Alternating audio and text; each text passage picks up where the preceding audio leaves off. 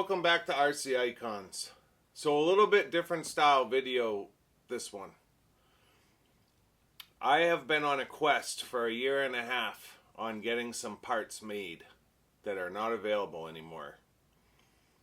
I actually reached out to the company that used to make the parts and asked them if they would manufacture a lot for me, knowing that they're not available anymore.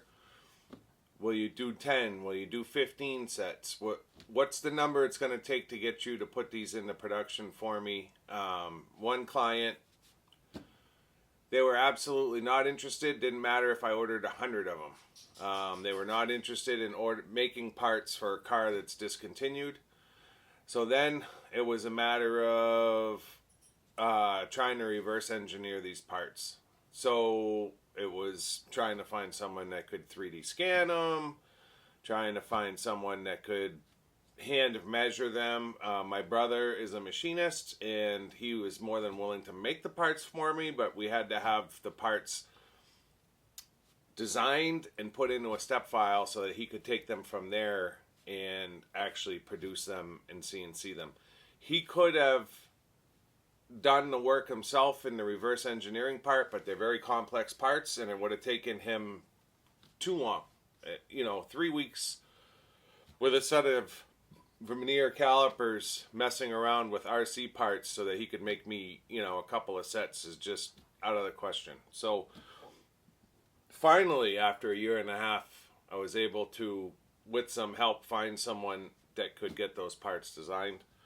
Along with that, Jason at JRB Motorcycle, you guys know I talk about Jason quite a bit in my videos. We talk every single day. He's a very good friend of mine. He was actually the one that helped me find the person that could reverse engineer those parts, but at the same time we've been working on another side project that I want to show you. We're actually going to assemble a couple of them today. You've heard in earlier videos about the LRP Vector X12s that I was talking about, how I need some of those. I'm going to show you why. So what I'm going to do is I'm going to bring the camera over. You can see kind of a disassembled car here. I'll go into the parts that I'm trying to recreate first, and then we'll get into the second part of the video, which is the motors. So if you are a TRF buggy guy, this video is going to be for you. If you're not, you're probably not going to enjoy the video all that much, but it may be intriguing to you as to the process that we have to go through sometimes to get, whether it's a aftermarket part or an original part made to either fix a car or be able to just have those parts available in case of breakages. So let me bring the camera over. This should be intriguing at the very least to some of you, and I'll get into this year and a half long endeavor. All right, so in front of me here, you guys saw me bring in last year another TRF 201 that had an 8mm extension on it, which consisted of two parts. I'm not going to say the name of the company who makes the extension, although I'm sure a lot of you already know who that company is. I don't want any issues with patent infringement or what have you when it comes to this. So I reached out to the company that made this extension, asked them if they would produce it again for me. They were not interested in doing that, even if I had them make 15, 20, 100. Their exact answer to me, and it was kind of a brash email, was we're not interested in making parts for a car that's discontinued. So my response to that email was, can I buy the design? I was willing to buy the design. Send me the step files so that I can make them myself. I'll pay you for the design. Never heard back from them. And they're a great company, don't get me wrong. I'm not bashing the company. I get it. Like, they're making parts for cars that are available today. Well, being a vintage guy, I'm trying to find parts for cars that were discontinued a long time ago. So that left me with no option. So originally Glenn wanted one of these, and I had a car with one on it. At the time, I didn't know what it was. And I'm glad that the car that I was sending him already had that on it, because it gave him one. Well, of course, once I saw what it was, I wanted one for myself. And I know Martin in Switzerland was also looking for at least a couple. So what this does is it extends the 201 standard car 8 millimeters. So this bolts up to the top, the bottom piece bolts up to the bottom, and it adds 8 millimeters to the wheelbase of the existing TRF 201. It left me in a situation where I had to try to reverse engineer these parts if I want to make 1, 10, 100. Doesn't matter. It also left me with a situation with, once I reverse engineer these parts, I need to change them just a little bit so that I don't end up in a lawsuit for patent infringement. But the initial step was getting these parts into a step file so that they can be CNC'd. And you can see that this part is very complex. It's two-sided, and it's got holes everywhere, different thicknesses everywhere. This one is a lot easier because it's more one-sided. So countersunk holes on this side, whereas this side is more your machining side. The only way I could think of doing it was to send these parts out to be 3D scanned. And no one does it local to me. So I would be sending these 2 one-off parts that I consider them one-off now because I can't find another set. Send them across the country to a company I don't know. I don't know the people. Hope that they make it there. Hope that they're able to successfully 3D scan the parts, get them into a step file, and then hopefully they get them back to me so that I can put them back on my car, right? That's a lot of hoping. And it was going to cost me an absolute fortune to have those 2 parts scanned.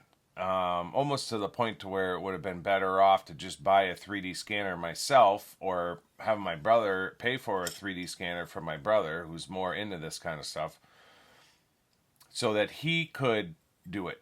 I actually had him contact a company that made 3D scanners, and they were going to bring a machine in and demo it for him to do these parts.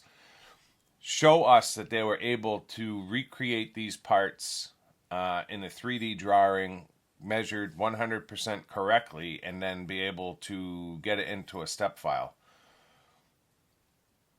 And it was like, I don't know, $150,000 3D scanner. And they were unsuccessful. So he obviously did not buy the machine, but they were not able to pull it off.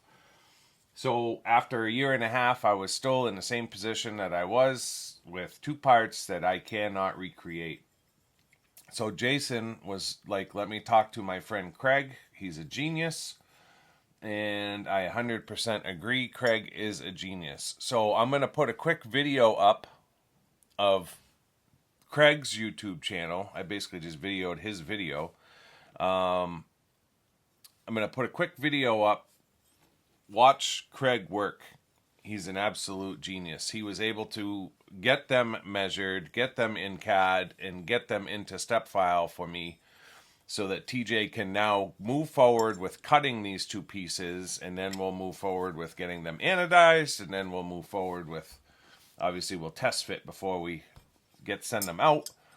But finally, I'll be able to get a couple of these made so that I can send some off to Martin. I'm not interested in selling these, just so that you guys know. I'm not making these to sell them as much as I'm making them to just make them available to people that have wanted them and have not been able to find them because they were discontinued 13 years ago.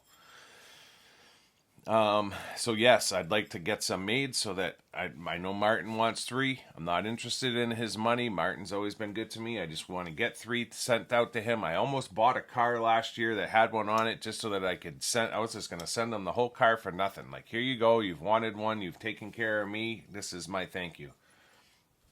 So that's where we're at. Again, I'm not going to mention the name of the company who makes them. I'm just going to show you Craig's video. So cue the video now. Comes along needing a couple replacement parts for an RC car that were impossible to source. I was tasked with making a CAD model for them to have so they could build it themselves. The assignment seemed straightforward, but just model these components in CAD and the customer would take it from there. As part of the design process, of course, I needed to test print them. This required several attempts. I like the iterative development, whether programming it during my career or building stuff with my hands. These 2 small parts, though, they're complicated for FDM printing, and I don't yet have an SLA printer.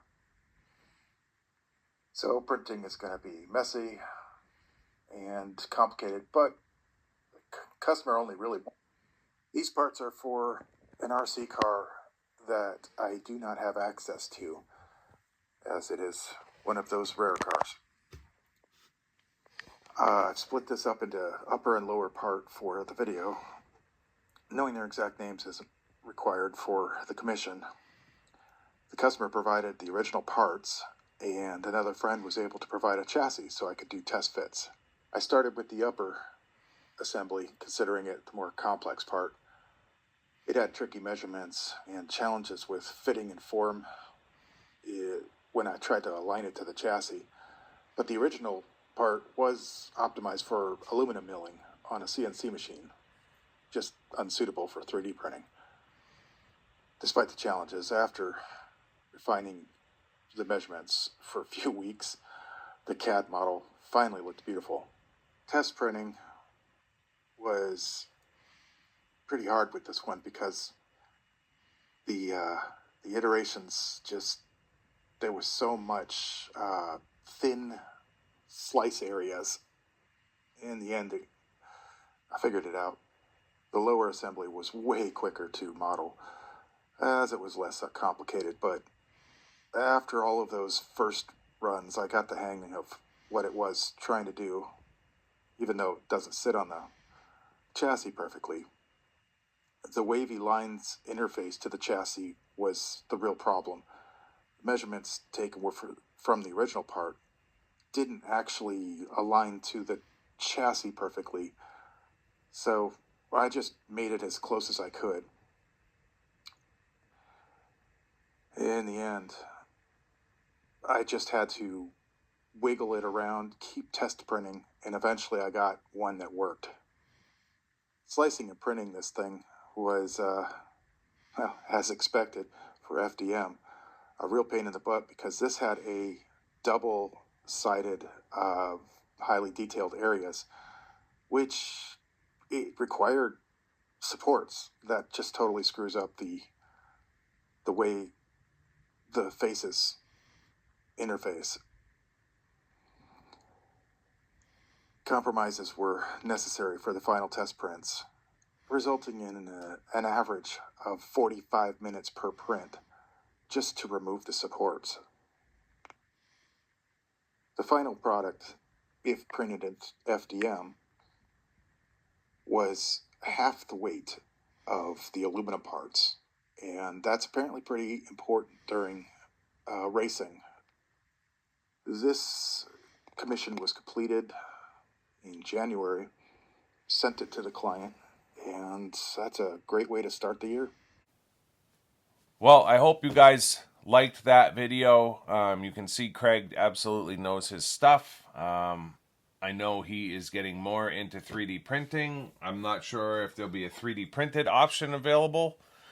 There very well could be a 3D printed option available that would be cheaper to manufacture, and may be available on Jason's eBay store very soon.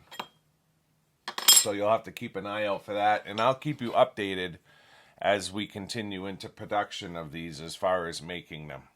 But again, I'm not looking to sell them. I have to be very careful because I don't want to end up in a lawsuit. We did change the design.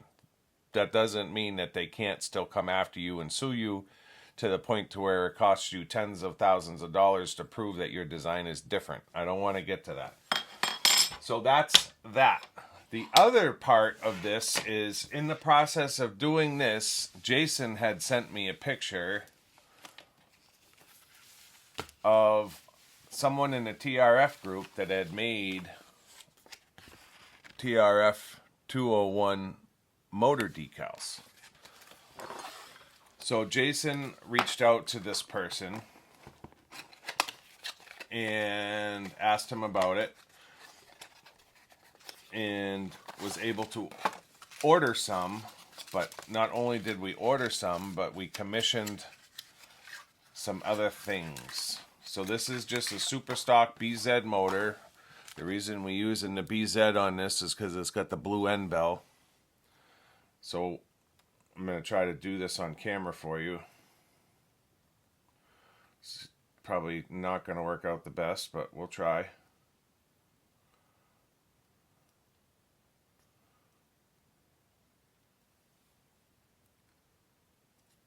So if you take a BZ motor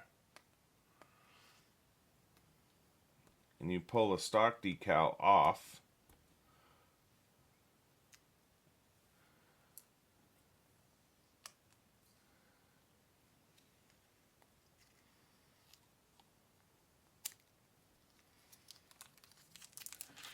and then we take a 201 decal,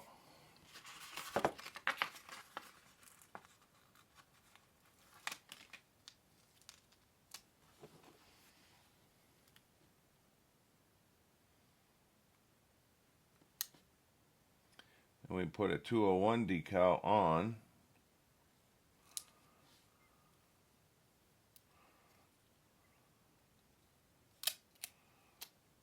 Of course, we want it to be straight.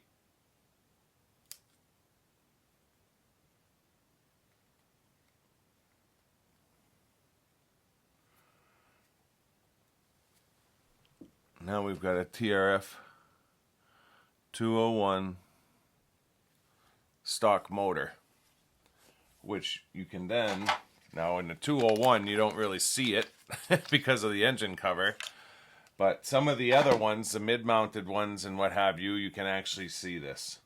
At the very least, I was talking about my TRF motor box. Well, I'd like to make motors for that motor box. I'd also like the 201s in my cars. I just don't know that I may not use the motor cover for the display cars. I would just have it so that you can see it in there. So that is super cool. So we have TRF 201. I've got a pile of them. And they say right on them, super stock TRF 201, says 23 turn, and it says special edition on it. Right here. So Jason is actually selling these decals on his eBay site, and I will put his eBay site up on the video screen so that you guys can go there and check it out. And then if I'm going to do 201, then I need to do 501, 502,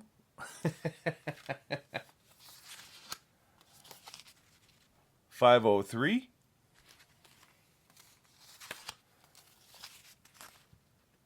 and 511. So these ones, it says Trans Speed, so it's more like the brushless version. It says 7.5 turn, and then it says TRF 511, and then 501X, 502X, and 503.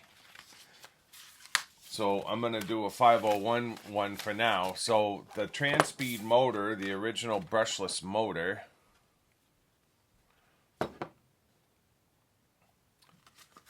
was an LRP Vector X12. Now I know on the Transpeed it was the decal sat this way, sideways, and it had the little cutouts for the vents. But I know Jason had put it in his car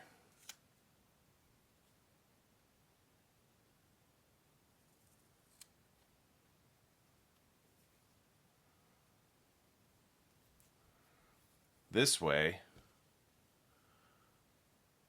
and it looked absolutely awesome. And I'll put some pictures up of Jason's 501. Because the 501 is in a center bulkhead with no cover over it, when the motor is in it, it looks absolutely killer. So now, my motor box, sorry. So this is my Tamiya Racing Factory motor box. When, I always have trouble opening this thing.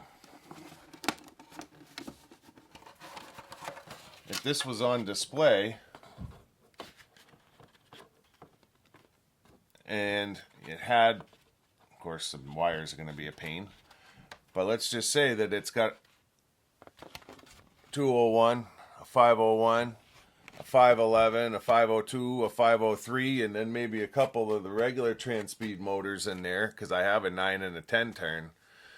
Now we've got a display that's got all the Buggy series motors accounted for, and then I would just put it like that in the cabinet, right? And then they would all have their corresponding stuff. And then, so when that video where this one came in from Bai, I was talking about how I needed 8. Well, I need 4 because I want to put them in the actual cars, and then I would need 4 more to get them in here. Now, you could potentially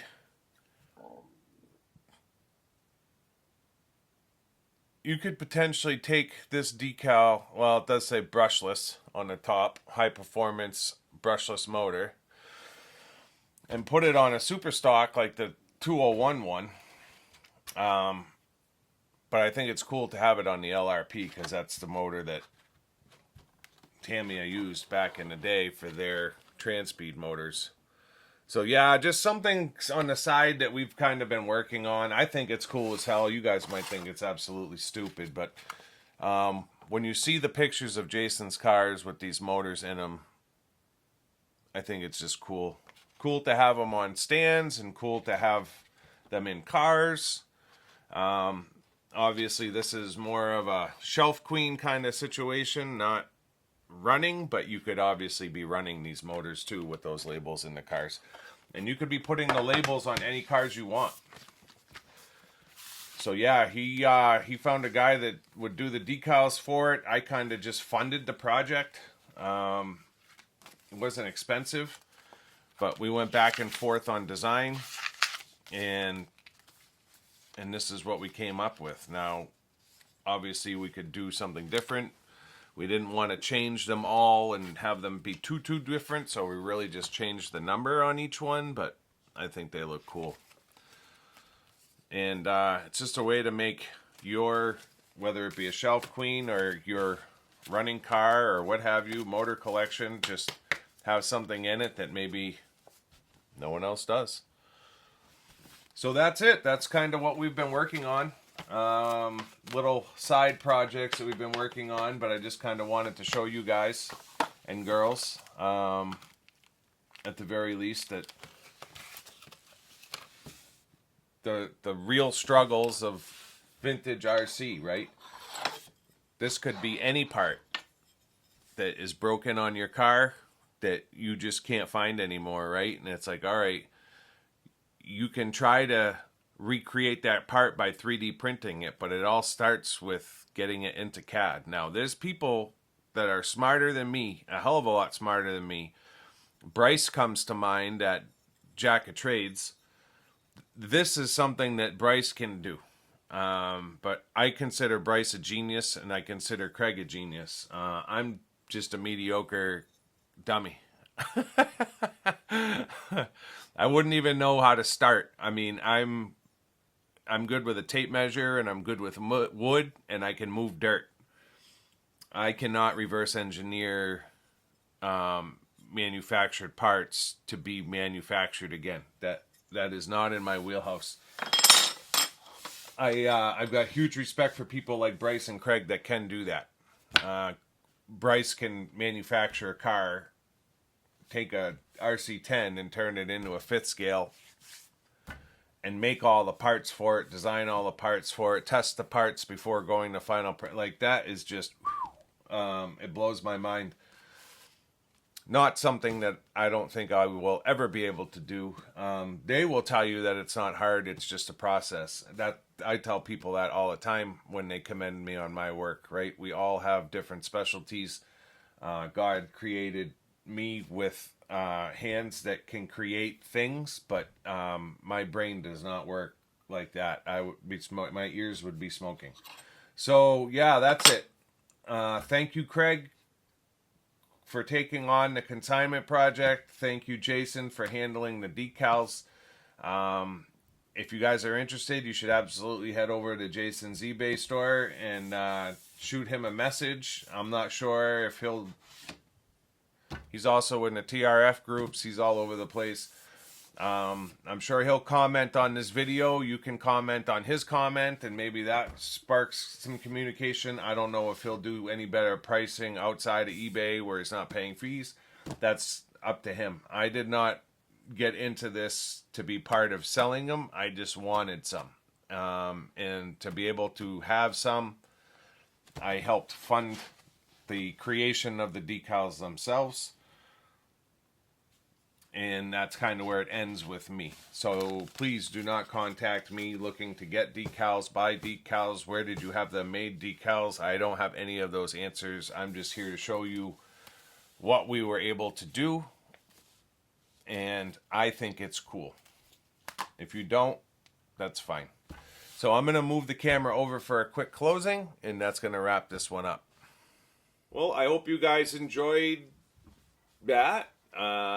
Wasn't building a car, wasn't running a car. It was just more of an insight into some little side projects that we've had going on here for the past year and a half. And some of them have come to fruition, and others are still work in progress. So yeah, you'll have to let me know in the comments what you think. Yeah, I mean, that's really it. If you liked the video, give it a thumbs up. If you didn't, give it a thumbs down. If you're not already a subscriber, I'd ask you to consider subscribing. If you need help getting a part commissioned or reverse engineered for whether a 3D print or whether it be CNC machined, contact Craig. His YouTube channel is in the description. Don't hesitate to reach out to him. He absolutely can pull it off for you. And then if you are interested in any of the decals, by all means get in contact with Jason over at JRB Motorcycle Restoration. That's going to do it for this one, and until next time, we'll see you soon. Thanks.